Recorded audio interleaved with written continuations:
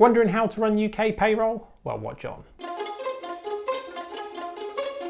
As a business accountant, my team and I spend all day long helping business owners on their journey. And of course, one of the areas we get really involved with is payroll. So that's whether you're a director of a limited company looking to pay yourself, or you've got a team of people. This video is for you. We're going to talk a summary of the kind of things you need to do with the payroll. Now, the thing with payroll is it's quite complex. There's a lot of things going on there. So I'm going to give you literally the kind of thing we do a lot on these videos, basic rundown, summary, what you got to do, where you should be looking, those kind of things. And in the down below in the comments, I'm going to put a load of links to the various detailed parts of the revenue site if you want to go dig in any more. Now, before I do, if you enjoy these type of videos, make sure to click the subscribe button and the bell below so you get notified whenever we release more videos just like this one. So let's get into it. Well, why would you need a payroll to start with? Well, as I say, you're either going to be in the case where you're a limited company looking to pay yourself as a director.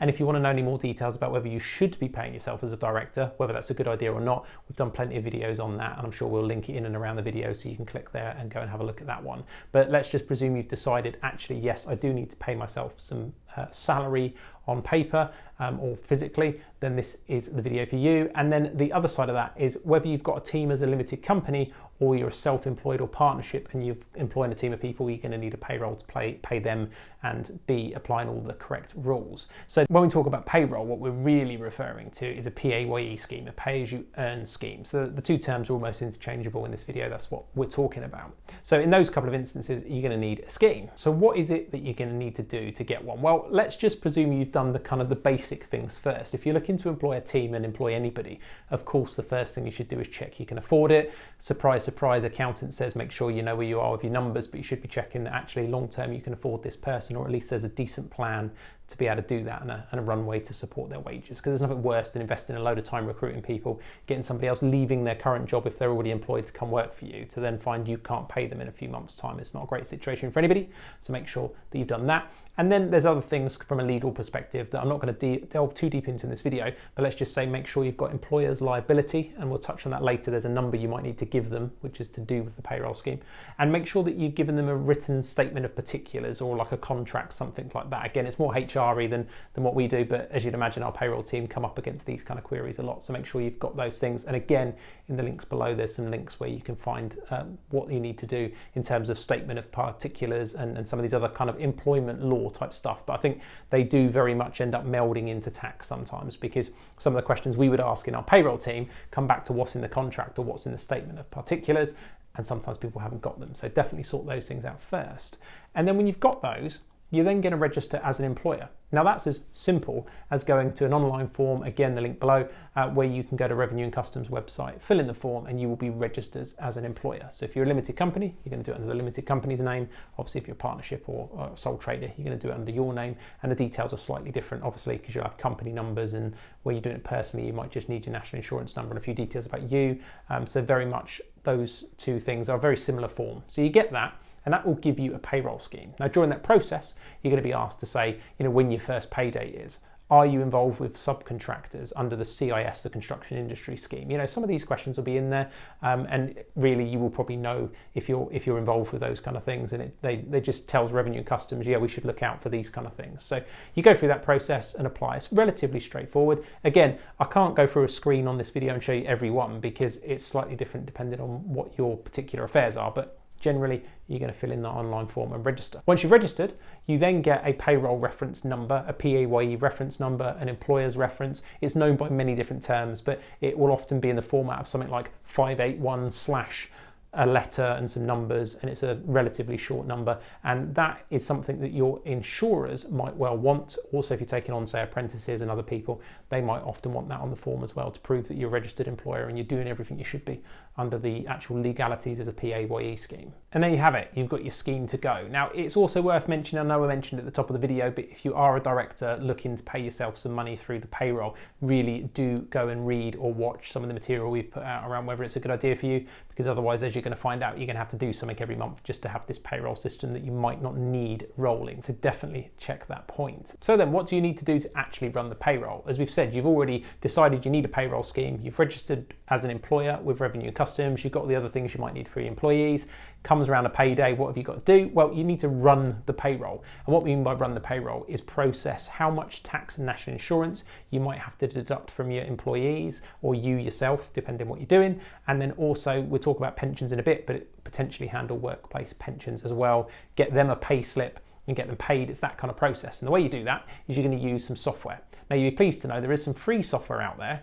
It's not amazing though. So normally it only deals with around 10 employees, and I would only recommend the free stuff if you really got simple affairs. You know, if you're doing like a 1 or 2 director payroll that doesn't change month on month, you could possibly use it, but I wouldn't do too much when you've got, you know, weekly pay and it's already variable and you need to add different rates in for this and different rates for that. It does get pretty restrictive in the program. It doesn't allow you to do too much stuff. So if it's anyway complicated, go for some of the paid options. So you're looking, even if you're using accounting software, Xero and QuickBooks both have like a bolt-on module that you can buy that will do that for you. Again, it's a monthly subscription like all these things, or you could go to someone like BrightPay. They're quite good. There's a load of them out there if you just Google payroll solutions, but there are some free ones if your needs are very, very small. Of course, you can outsource this stuff to people like us that do this kind of thing all the time, but if you're looking to get it for the maximum kind of value and you're willing to give it a go, then that's definitely an option. So what you do in that software then is you tend to load it up. You kind of set out your payroll year. Are you monthly? Are you weekly? How are you doing it? I'd 100% recommend going monthly payroll. And the reason for that is that if you imagine with payroll, if you're going to run it weekly, you've got to do something every week. If you're running it monthly, it's only once a month, only 12 times a year. So it's far easier for everybody.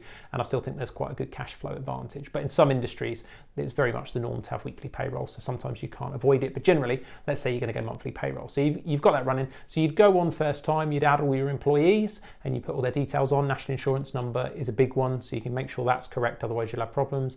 You tend to then sort out their tax codes. And again, I'm not going to go too deep into that here, but there are ways and means of getting them the right tax code. They might give you one that shows what the tax code is, or you might have to determine it based on how they're going to start with you. And there's a new starter form, but you'd fill all that in, put those details in, and then you go and process the payroll. And there's normally a button to calculate the wages and you put the different rates in and those kind of things. Again, can't really show you it because it just depends on the software you're using and there's too many of them. But generally, you know, you're going to put in your pay rates and that, and it calculates it and it gives you a pay slip. The pay slip you can send to the employees, might give you some reports then that you can give to yourself for your bookkeeping, or if you're using something like Xero or QuickBooks, because it's built in, it will often sort of sort out the bookkeeping entries for the payroll as part of it. Not completely, there's still a bit of fiddling around, but it does help a little bit with the workflow. And having done that, then you're done and you have to submit a report to Revenue and Customs on or before each payday. And that's quite important. So under what they call real-time information, RTI. So, and again, normally it's a couple of clicks of a button inside the software, off you go, you submit it. And once that's done, you're kind of covered. And then the only other thing you need to sort of do it then at the end of the month is once you've done the payroll, you get about 22 days at the end. Let's say your pay date's the end of the month, you get 22 days to make sure that you've paid any tax you've deducted from your employees over to Revenue in that time. So quite often people will do it at the same time. You know, they might pay their employees and then pay the tax people and don't wait. But it's up to you. You know, you do get a bit of time to pay that extra money over if you need to. So there you go. And that's you have run the payroll. Revenue and Customs have got the information. And what that means when you do that is your employees, their information is then logged with people like Universal Credit, for example, and some of the government agencies, and something that's really important to understand for them. It's really, really useful. Now, you might get the unscrupulous type saying to you they don't want to be on the payroll, and that tends to be because they're trying to avoid exactly that. So, but for you, obviously you want to be doing everything right. You want to put them on the payroll and it's up to them to sort out the consequences of that, and you're reporting the details that you're putting in there. And what it does do then is it almost guarantees you, or at least there's very little argument around making sure you can get the tax deduction in your business against your tax for those wages. If you don't do the payroll, you're potentially giving Revenue and Customs an avenue to say, well, they're not really wages, you know, can you prove it and all the rest of it. At least if it's all declared to the revenue, there's nothing wrong. And under the regulations, you should operate this payroll, this PAYE scheme, and of course you should pay over those taxes. So doing all that means you're fine. If you don't report under this RTI on or before each payday, you're running the risk of fines. And like everything with the revenue, there's a fine per return, so don't let this build up. The amount of times we see new business come to us and they say, oh, I registered for this payroll thing, didn't really know what I was doing, and there's a load of fines that we've got to deal with. So we've got to go resubmit the data and then try and appeal the fines for them. And they've been relatively lenient in this area over the years, but it still is something you're going to get fines for. They've started to crack down on it now, so do bear that in mind. Make sure you are reporting. And that's you having run the payroll, but that's not the end of it, because you do have to consider workplace pensions. And I think it's the one thing that stumps a lot of people is they go and get their first employee and they're like, great, okay, I'm going to go get a contract for them. I'm going to sort out a statement of particulars, maybe, just get some terms outlined so we all know what we're doing here. And then they get a payroll and they're like, okay, I can either outsource that or I can get somebody to do it for me. Brilliant. And then somebody says, what about pensions? And now generally, if you're kind of over about 22 and or earning £10,000 a year, you're going to be instantly caught with this. And what that means is they call it auto-enrollment, pension auto-enrollment. And again, I'll probably do another video on this, but just so you're aware of it, what it generally means is at that stage, they have to contribute to a pension. You have to contribute also some money to their pension. So even if they don't want to be in it, there's kind of like a protection mechanism for the employee. So they have to be auto-enrolled into it. So in order to do that, you've got to go and get a pension scheme set up, and you've got to put it in your software so it deducts the right amount of money. And then generally you can kind of do something with your software that talks to the pension provider. And again, it's too detailed for this video, but if you do have anybody earning over £10,000 and over about 22, then you're going to have this problem instantly. So bear that in mind. And where it catches people out is what tends to happen is they don't generally earn maybe £10,000, but then they do some overtime or they've paid them some extra money and it tips them over in that month, and you do have the pension problems then. And again, we'll probably do another video talking about pensions in more detail, but